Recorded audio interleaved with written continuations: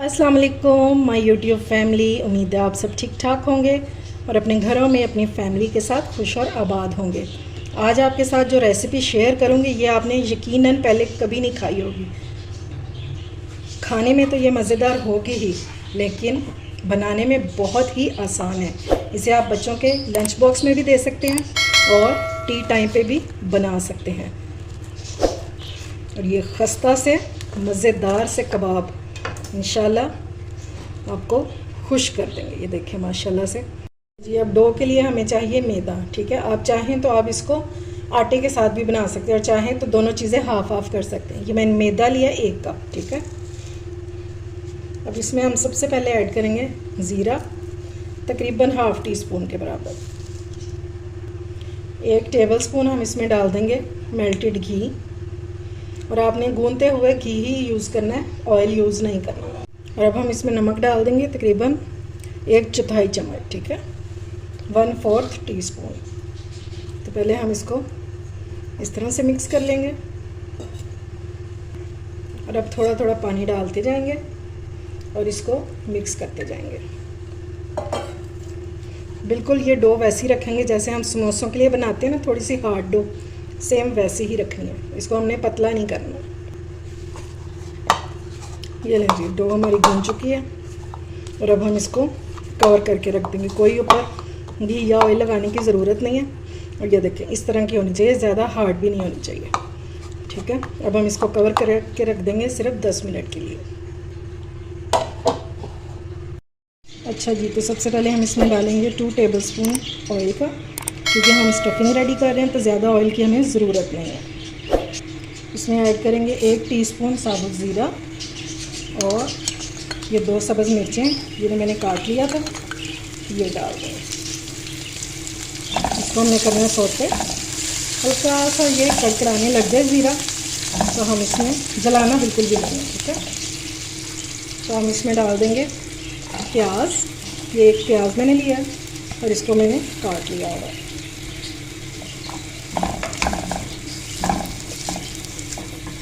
इसको हमने सौते करना है, यानी कि ये सॉफ्ट सा हो जाए हमारा। इतनी देर हमने इसको कुक करना है। किसी किस्म का हम इसको कलर नहीं देंगे, सिर्फ हमने इसको सॉफ्ट करना है। जैसा कि आप देख रहे हैं कि प्याज हमारा सॉफ्ट हो चुका है। ये देखिए, कच्चे प्याज में आपने कभी भी कुछ भी शामिल नहीं करना, ठीक है, वरना प्याज आपके स्नैक्स में से स्मेल आना शुरू हो जाएगी, ठीक है। इसलिए थोड़ा सा हमने इसको कुक कर लेना है। अब हम इसमें वेजिटेबल्स ऐड करेंगे। तो मैं इसमें डाल रही हूँ 1 शिमला मिर्च, जिसे मैंने बारीक काट लिया हुआ। आप चाहें तो इसमें बंद गोभी भी डाल सकते हैं और गाजर भी डाल सकते हैं। अब मैं इसमें डाल दूँगी चिकन बॉयल और श्रेड किया हुआ, और बॉयल करते हुए मैंने इसमें ½ टी स्पून नमक ऐड किया था। इसको भी हमने अच्छे से मिक्स कर लेना। ये बहुत ही मज़ेदार सी स्टफिंग रेडी होती है। अगर आपके पास चिकन नहीं है तो आप चिकन की जगह आलू भी यूज़ कर सकते हैं। चलिए, अब हम इसमें डालेंगे स्पाइसेस। 1/4 टी स्पून के करीब हम इसमें डालेंगे गार्लिक पाउडर, यानी कि लहसुन का पाउडर। नमक डालेंगे अकॉर्डिंग टू टेस्ट, अपने टेस्ट के मुताबिक। ½ टी स्पून इसमें डालेंगे कुटी हुई मिर्चें। अगर आप नहीं डालना चाहते तो आप स्किप भी कर सकते हैं। और इसके टेस्ट को इन्हेंस करने के लिए मैं इसमें डाल रही हूँ टिक्का मसाला 1 टीस्पून। अगर आप नहीं डालना चाहते, आपको पसंद नहीं है या आपके पास अवेलेबल नहीं है, तो आप इसको स्किप कर सकते हैं। फिर आप इसकी जगह 1 टीस्पून रेड चिली पाउडर डाल दें और अच्छे से इन मसालों को हम मिक्स कर लेंगे। स्टफिंग रेडी करते हुए आपकी फ्लेम जो है वो बिल्कुल लो होनी चाहिए, ताकि आहिस्ता आहिस्ता ये कुक होती है।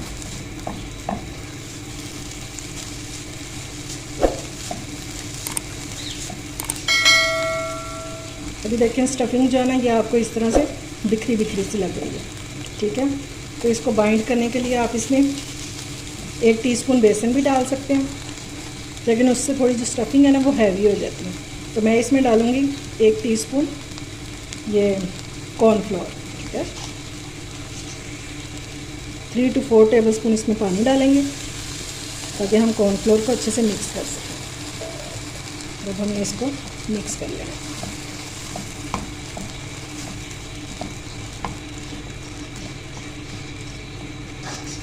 ये लेंगे, स्टफिंग हमारी बाइंड होना शुरू हो गई है और बस हमारी स्टफिंग रेडी हो गई है। अब फ्लेम को ऑफ करेंगे और इसको ठंडा होने देंगे।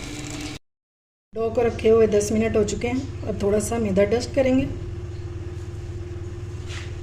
और अपने डो को इसके ऊपर हमने 1 से 2 मिनट मसल लेना है अच्छे से। अब हम इसका एक रोल बना लेंगे और अब हम इसमें से पेड़े जो हैं वो कट कर लेंगे,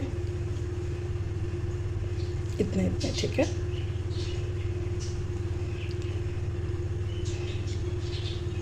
सबका साइज़ एक ही होना चाहिए।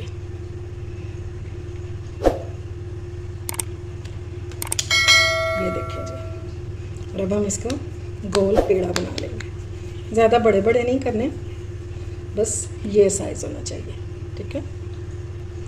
ये लें जी, मैंने इसमें से 6 पेड़े बना लिए हैं। अब थोड़ा सा हम मैदा साइड पे डस्ट करेंगे और इस पेड़े को हमने बेल लेना है सिर्फ हाथों से। कोई हमें बेलने की ज़रूरत नहीं। इस तरह जैसे हम रोटी को बेलते हैं ना, सेम वैसे ही। थोड़ा सा हम इसको इस तरह से बड़ा कर लेंगे ताकि हम इसमें अपनी स्टफिंग जो है वो भर सकें। ये लें जी, रोटी को मैंने इतने साइज़ में कर लिया, ठीक है। अब हम इसमें स्टफिंग डालेंगे। ये जो हमने बना के रखी थी स्टफिंग जो है वो बिल्कुल ठंडी होनी चाहिए और इसमें 1 से 1.5 टेबलस्पून स्टफिंग डाल दें, ठीक है। और अब हमने इसको बंद कर देना इस तरह से करके।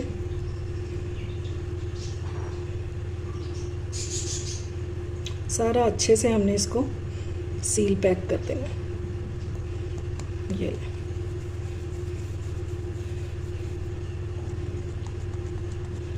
और फिर हम इसको फ्लैट कर देंगे इस तरह जैसे कबाब हो। ये देखिए, इस तरह से आपने इसकी शेप बना देनी है। और ये देखिए, ठीक हो गया। इसी तरह से मैं सारे रेडी कर लूँगी। ये लें जी, माशाल्लाह से हमारे नन्हे मुन्ने से सारे कबाब हो चुके हैं रेडी। और अब हमने इनको कर लेना है फ्राई। अगर इस स्टेज पर आपको मेरी रेसिपी ज़रा भी अच्छी लग रही हो तो इसे लाइक और शेयर करें और मेरे चैनल को ज़रूर सब्सक्राइब करें। ये लें जी, ऑयल हमारा गर्म हो चुका है और ये देखें, इतना बस इसका टेम्परेचर होना चाहिए कि ये हल्के हल्के से बबल बनना शुरू हो जाए। अगर ये ज़्यादा गर्म होगा तो फिर जो है ये ऊपर जल्दी कलर आ जाएगा और अंदर से ये कच्चे रह जाएंगे। बस इस तरह से हम डालते जाएंगे और ये गया आखिरी वाला, ठीक है। अभी हमने इसको बिल्कुल भी नहीं छेड़ना। थोड़ा सा एक साइड पे कलर आ जाए तो फिर हम इसकी साइड जो है वो चेंज करेंगे। 1 से 2 मिनट के बाद हम इनके ऊपर थोड़ा थोड़ा सा ऑयल डालना शुरू करेंगे। सबके ऊपर डाल देंगे ऑयल थोड़ा थोड़ा। ये स्टेप आपने लाजमी करना है ताकि जब तक हमारी नीचे से डो जो है वो गोल्डन हो तो ऊपर वाली हाफ डन हो चुकी होगी, ठीक है। और फिर ये पैन के साथ चिपकेगी भी नहीं। बस इस तरह से करके थोड़ा थोड़ा सा ऑयल डालते जाना। और अब हम इसकी साइड चेंज कर लेंगे। ये देखिए, हल्का हल्का सा कलर आना शुरू हो गया। ये देखिए माशाल्लाह से जब ये लाइट सा कलर आना शुरू हो जाएगा ना तो ये खुद ब खुद पैन को छोड़ देगी डो।